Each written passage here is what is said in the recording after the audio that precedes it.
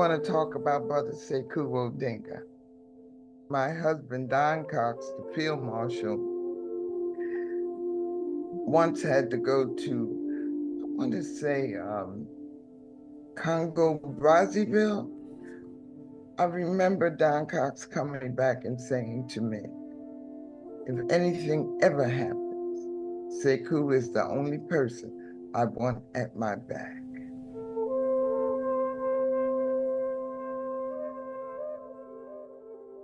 He was the lion of the movement. That's what Sekou means to me. And countless others, innumerable others. If ever there was anyone that I could call the quintessential revolutionary, it would be him. He's the greatest, most outstanding example of steadfastness I ever met. And by steadfastness, I don't mean something that came out of rigidity or dogma. It wasn't like that at all with him. It came out of love for his people. When you think about a lead man, think about an anchor man, think about somebody who has your back, somebody that can take the lead if necessary, somebody is there by your side. He always had the ability to make ordinary person, ordinary people better. It's like you just believed him, and it made you want to fight for your freedom. It made you want to become a freedom fighter. Overall, Sekou Odinga and I have been in a dialogue for 40 years that at different points was more intense or less intense. Brother Sekou Odinga was a man who loved Almighty God, loved Prophet Muhammad, peace be upon him, and Islam. He was true to his religion, and he was an example for all of us to see what a Muslim person is supposed to be like.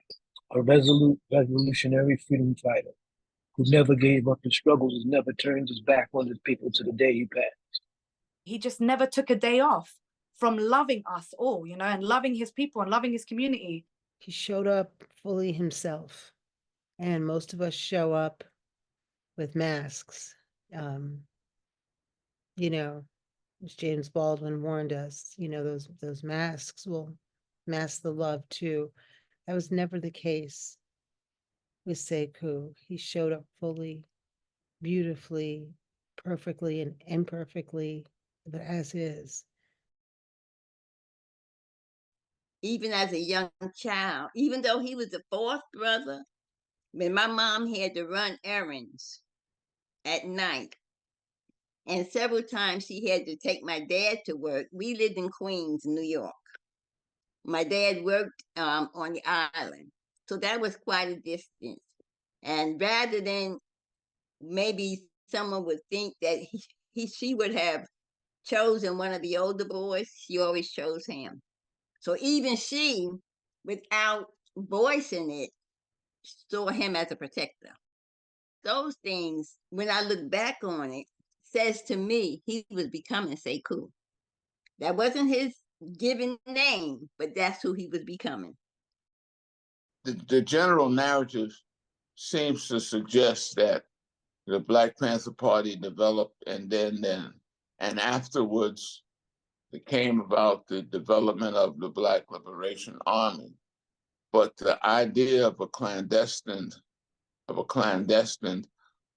military force in the community to serve the community and to serve our nation was already brewing in our minds, even before the idea of before the idea of a party to serve the people.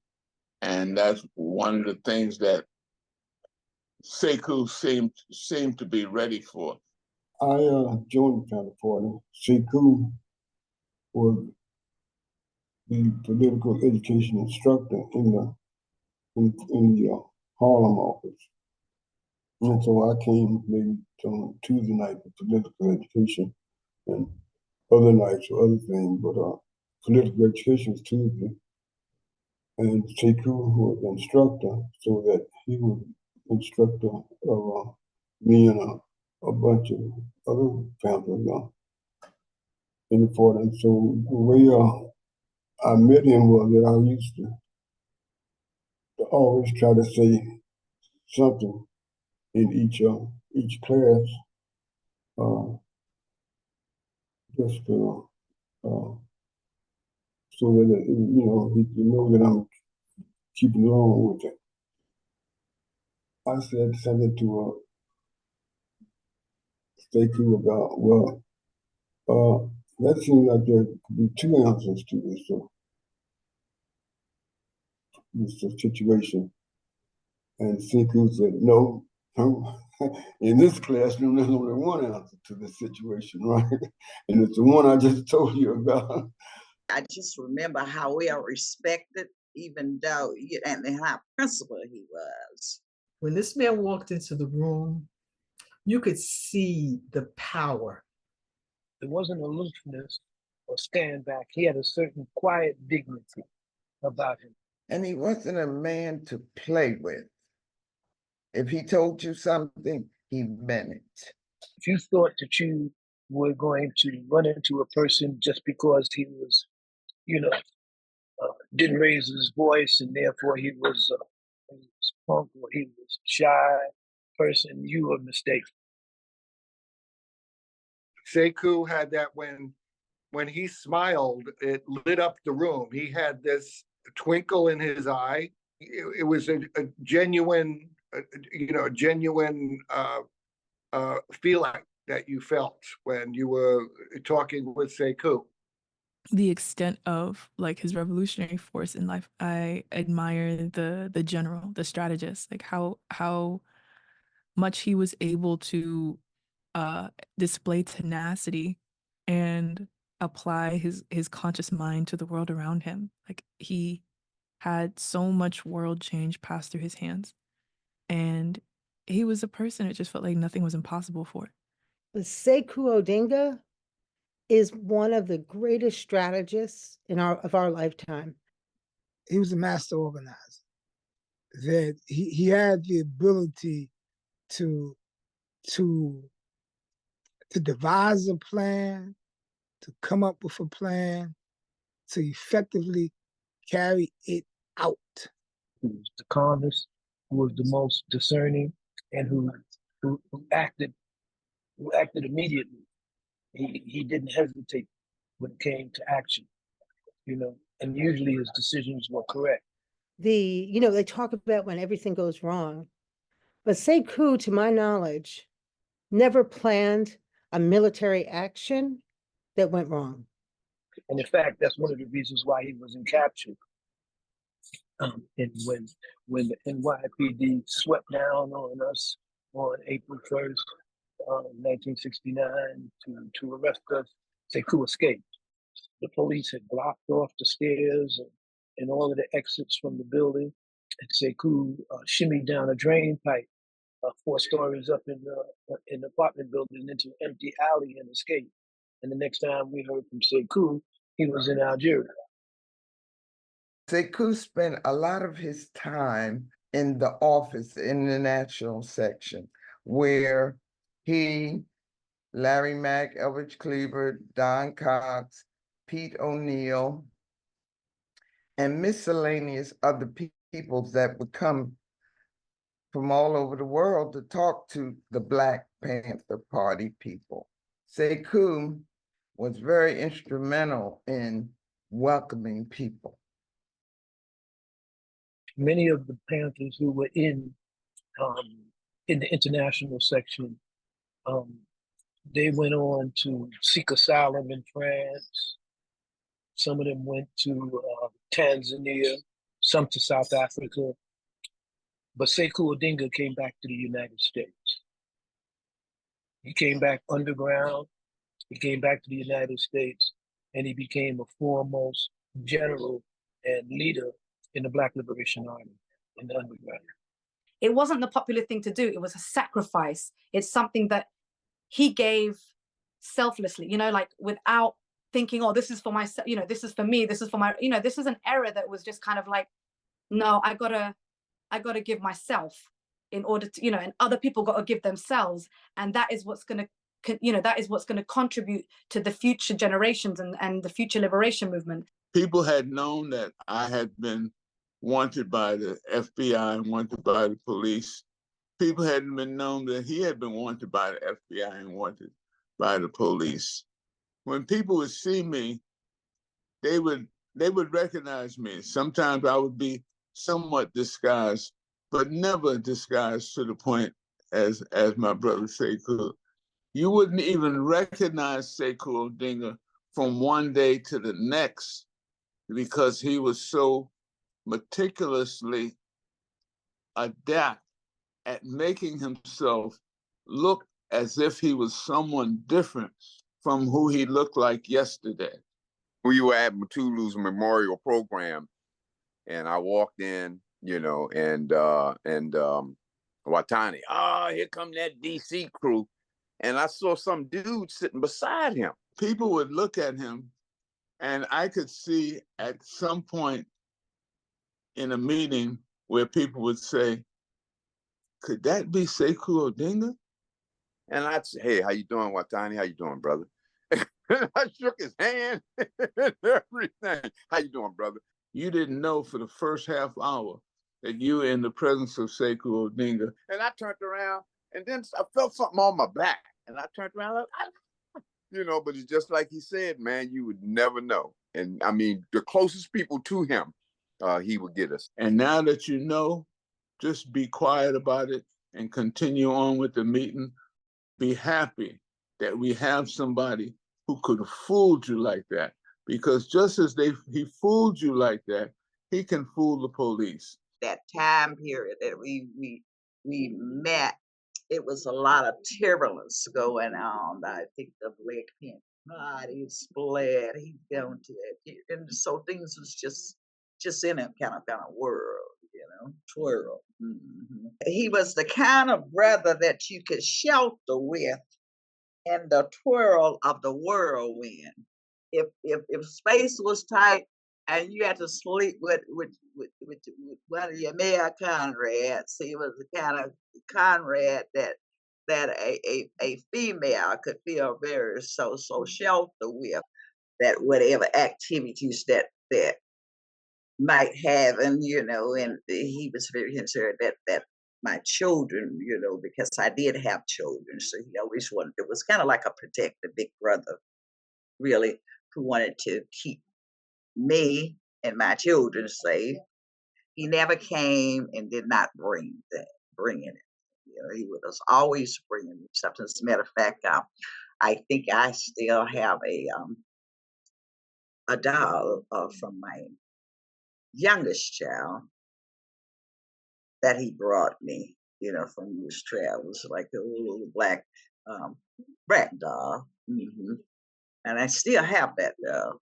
Recognizing that the white anti-imperialist movement was part of the oppressor nation itself and had privilege, and we have privilege as a result of that, and need to take responsibility for that in then fighting against organized white supremacy and class privilege, all of those different things, were also a part of our friendship and our relationship, and to be able to get past that, to be able to have a friendship, knowing that there's always these issues at play, was also very generous on his part.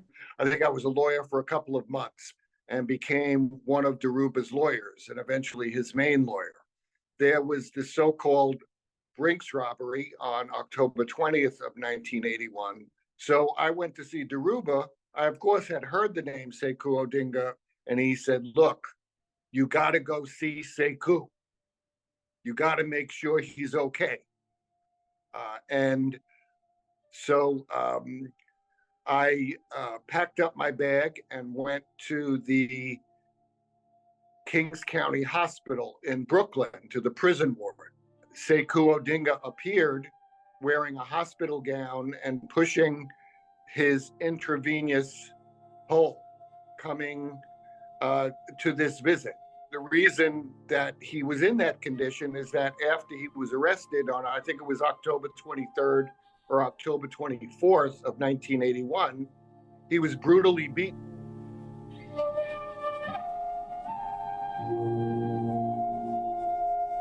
And beaten so much that his liver and pancreas stopped working.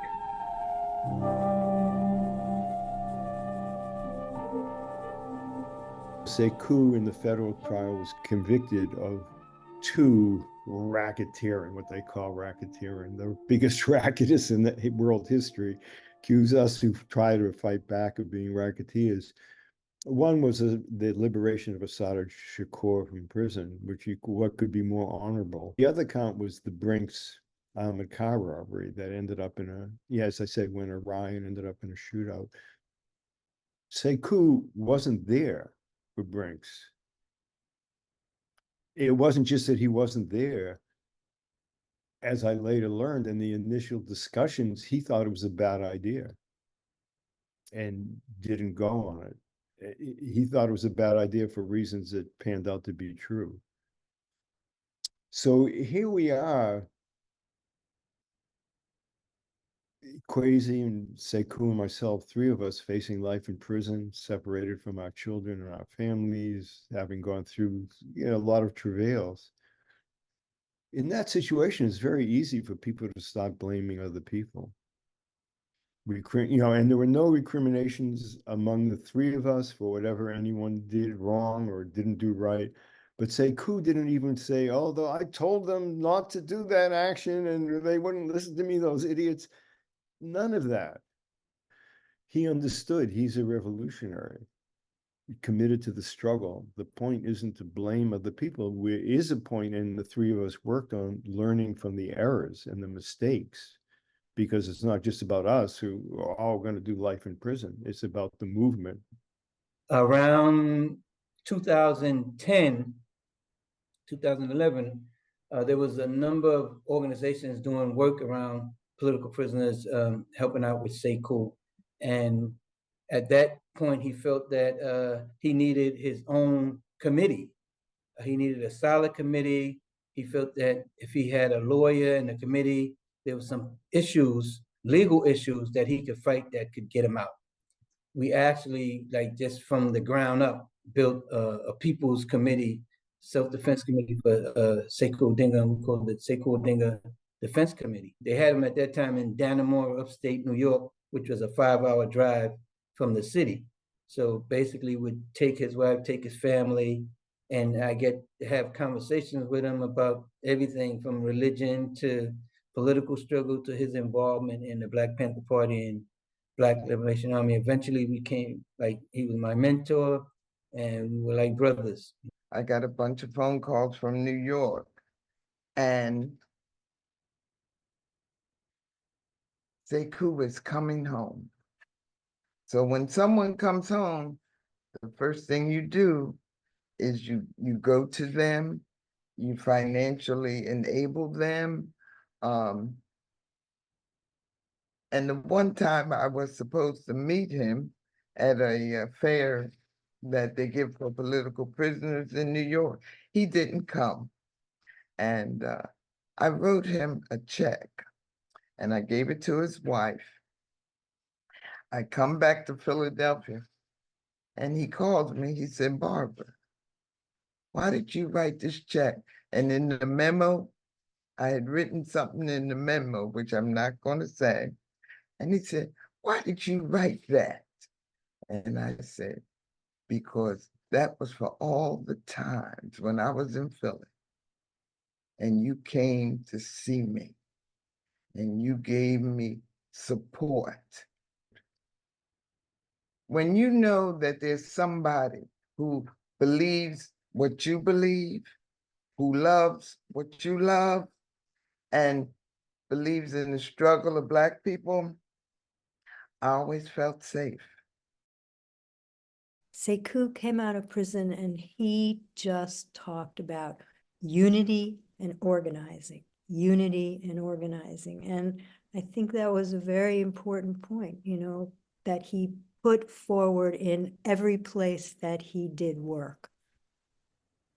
the major thing I remember is, how he pulled together his years of work in the community, capitalizing off of all of the relationships that he built and all of the trustworthy connections that he had, that they put together and worked on developing an organization. That organization, the Spirit of Mandela Coalition, Baba Sekou Odinga and Sister Dequi and others pulled that together. And I was honored to be a part of that tribunal with Baba Sekou. I spent those days with him. The relationship between, Baba Sekou started to grow more through one of our initiatives, which is the Elders Collective, which was really a way for us to, learn, ask how we could be of service. We used to just call and maybe start off asking a question like, when y'all did the breakfast program, how did y'all do political education? What were y'all thinking about? And that led us to, doing supporting an event called Curve Fest. That was really, for me, one of the ways that I got closer, or just doing more work with Sekou. He always was kind of trying to hear from the next generation.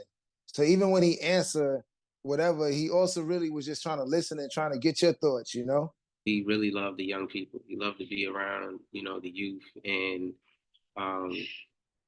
really just instill that type of, I see you. Baba Sekou was very aware of what I do, like of my work and my music. He was aware of that. He knew my songs. I mean, I know I have footage of Baba Sekou at one of Nancy's friends' event. I think it was like a family event. And they were all, there was a video of all of them, just talking. It's about a group of Palestinians. Obviously, one of them was my sister. So you can hear music in the background, but you see my sister, moving the camera to focusing the camera on Baba Sekou, and he's just bumping his head like that. And Nancy's like, "What are you bumping to?" And he's like, "That's Shadia." He loved to eat, and I like to cook. So when he would come, I know it's like something special that I knew that he may like, I would try to make it. And I took him back to, like when we were kids, young, and what your parents might have made for you, like a cake or, so we started doing that kind of stuff with Sekou.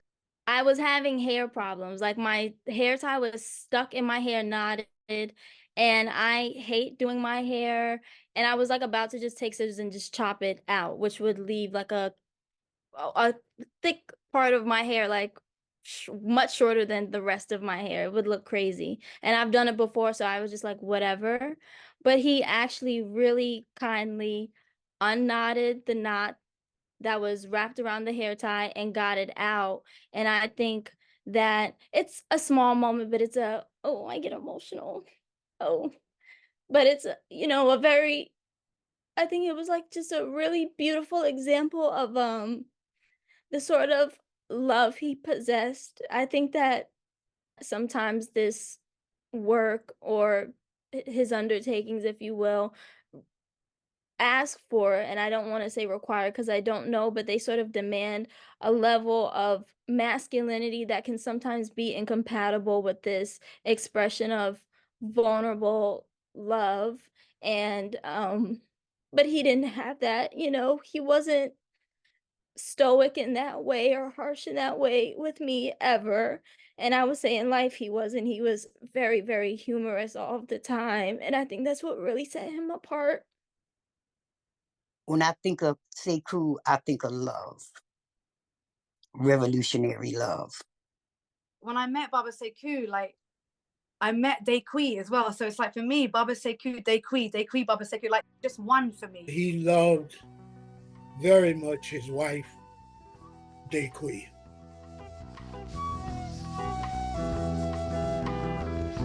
It was enchanting, to watch the two of them at events, to watch them at home, to watch them interact with the children, and the love both of them showed for the people. How a person could spend that much time in jail and be tortured and go through the things that he had went through, He was a little ill when he came home, and but to watch his health grow and to watch him in Dequi, not only is it a love story about the two, it's an example. Through the years, I've seen one of the most beautiful, revolutionary love stories ever. He loved his family, and all the family knew he loved them. He had, of course, he had a lot of kids, but he had nieces and nephews and cousins, and everyone had a special kinship to Sekou. Each person liked him in their own way. In the last period of his life, I had the great privilege and honor of being part of a group of people who were in the care group for him.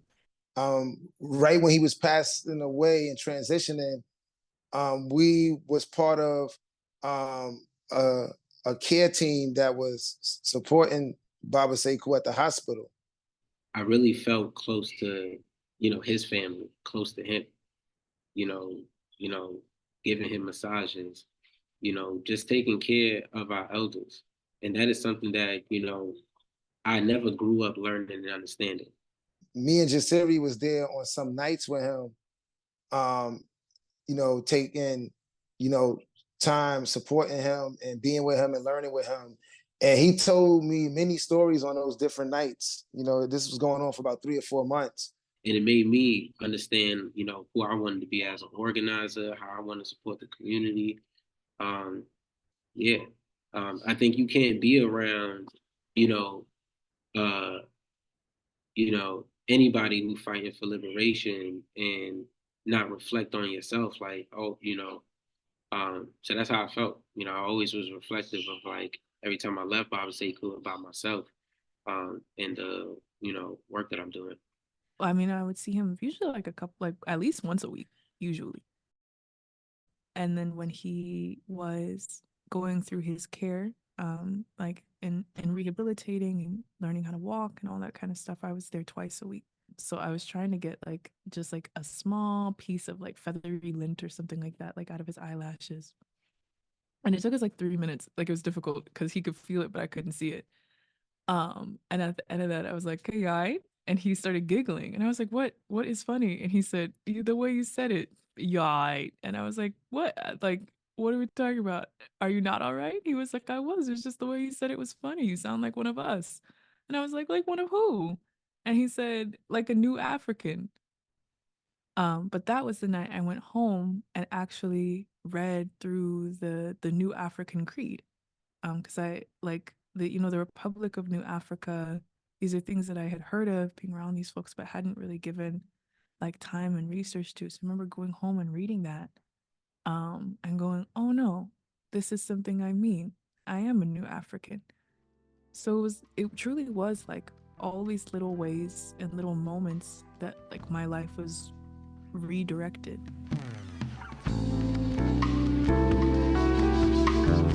So for me, my relationship with him and what he exposed me to made me a better revolutionary, made me a better soldier, made me a better community servant, made me a better father, made me a better brother, taught me the true concept of loyalty.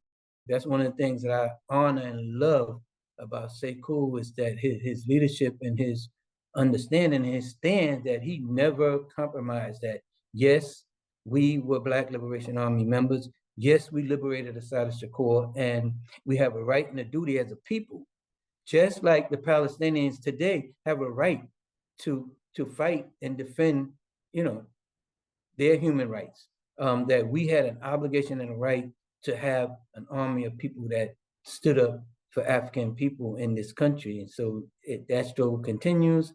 He represents resilience and liberation and willpower and steadfastness. He represents all of these things that we needed to in order to build ourselves up to be who we are today. I admire his mind. I admire his calmness. I admire his willingness to work across and through differences. I admire that he's the man who said, we live in a world where everybody always wants to call someone out. My practice was to call people in. That's Sekou Odinga. We will always speak his name.